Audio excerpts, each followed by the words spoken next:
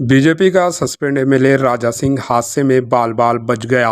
रियासत तेलंगाना के हल्का असम्बली गोशामहल के बीजेपी के सस्पेंड रुकन असम्बली मलून राजा सिंह हादसे में बाल बाल बच गया।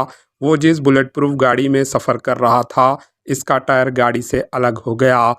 राजा सिंह असम्बली इजलास में शिरकत के बाद घर जा रहा था कि हैदराबाद के धूलपेट एक्साइज ऑफिस के सामने बुलेट प्रूफ गाड़ी का टायर अचानक निकल गया। बताया जाता है कि गाड़ी की रफ्तार कम होने की वजह से बड़ा हादसा टल गया। राजा सिंह की गाड़ी पहले भी कई बार सड़क पर रुक चुकी है। आज के वाक़ये में राजा सिंह ने अफसोस का इजहार किया कि हुकूमत ने इसकी सिक्योरिटी को नज़रअंदाज किया है। हालांकि वो कुछ अरसे से हुकूमत से बुलेट प्रूफ गाड़ी को तब्दील करने की दरख्वास्त कर रहा है। इसने हुकूमत से अपील की कि बुलेट प्रूफ गाड़ी वापस लेने का मुतालबा किया। Bureau report, AHN news.